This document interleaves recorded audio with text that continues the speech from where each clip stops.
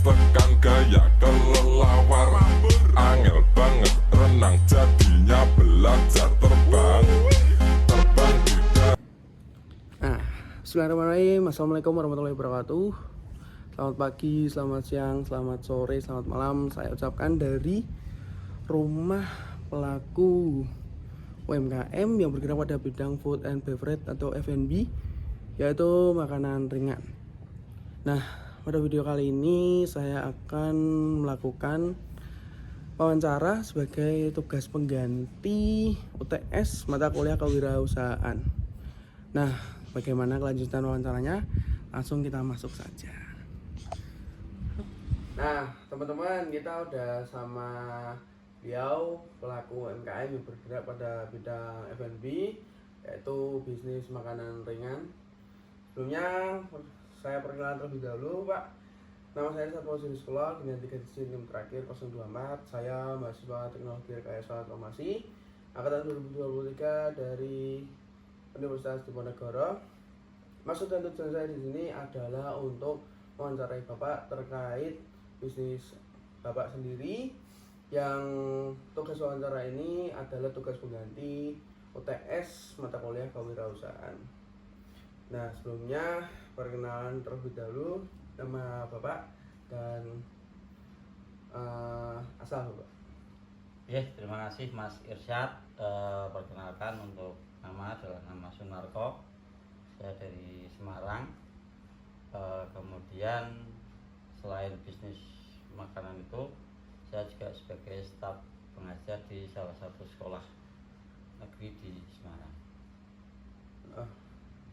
Mungkin sekian dari perkenalan singkat, kita langsung lanjut saja pada pertanyaan yang pertama. Untuk pertanyaan yang pertama itu, Pak, apa yang latar belakangi Anda untuk memulai bisnis ini?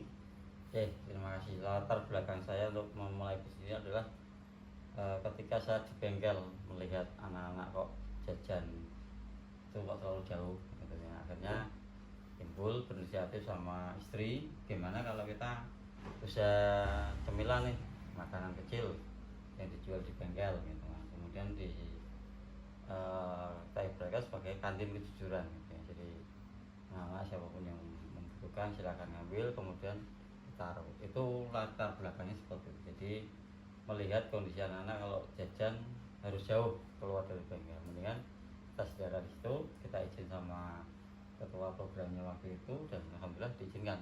Itu yang berlatar Berarti untuk latar belakangnya adalah alternatif buat anak siswa yang di kelas biar tidak kejauhan untuk ke kantin. Ya, itu.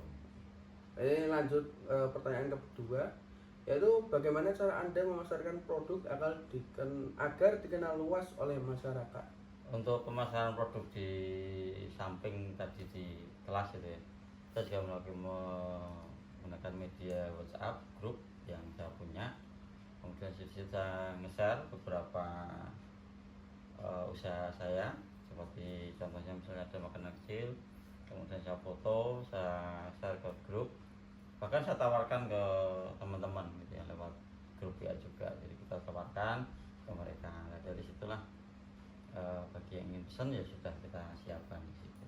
Jadi pemasarannya seperti itu. Jadi cuman di foto kemudian dikasih caption kirim ke grup ya? Ya, gitu. Mungkin juga sama ke grup istri, ke grup anak-anak gitu. Jadi kita sampaikan di situ ya, supaya kita lebih luas lagi di situ.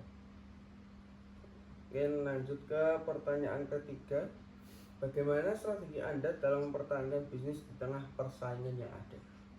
Strateginya supaya kita tetap eksis, tetap bisa bertahan, yang pertama menjaga kualitas produk kita. Walaupun itu bisnis makanan ringan atau cemilan, kita tetap memilih makanan-makanan yang berkualitas. Jadi dari produksinya, kemudian dari rasa gitu kan. Walaupun ada beberapa jenis yang sama, tetapi kita pilih yang kualitasnya lebih bagus, rasanya lebih enak gitu kan. Jadi memilihnya seperti itu supaya bisnis kita tetap bisa bertahan seperti itu, menjaga kualitas ini itu ya. Lanjut ke pertanyaan selanjutnya itu, bagaimana Anda menentukan harga produk atau jasa Anda? Untuk menentukan harga, biasanya saya melihat dari harga pembelian atau harga pada saat kita beli, kemudian kita hitung kita mau ngambil untung berapa nih, gitu kan. Jadi kita mau dari harga itu kita mau ngambil untung berapa, misalnya kita ngambil untung 25% misalnya dari setiap produk yang kita mau jual, sudah dari situ kita hitung ya, dari 25% itu termasuk jasa untuk karyawan, kemudian jasa untuk simpanan ya, simpanan untuk pengembangan usaha, jadi seperti itu kita hitung dulu. Nah dari situ baru muncul harga, dan kita juga melihat harga yang ada di pasaran, karena yang namanya bisnis makanan ringan itu kan juga di pasaran banyak. Ya kita lihat kondisi di pasaran seperti apa harganya, kita berusaha untuk sedikit lebih murah. Jadi kalau sedikit lebih murah itu biasanya orang akan lebih tertarik, walaupun selisih 100 rupiah 200 rupiah orang akan memilih yang selisih itu. Nah, jadi strateginya atau penentuan harganya seperti itu.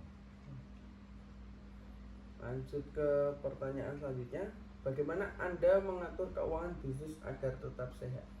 Baik, untuk mengatur keuangan yang pasti tadi dari setiap kali pendapatan saya selalu masukkan ke buku kas. Jadi buku pembukuannya kita masukkan, hari ini kita dapat berapa, kemudian keluar belanja berapa. Nah dari pendapatan per hari itu saya sisihkan 50% dari pendapatan per hari itu kita sisihkan.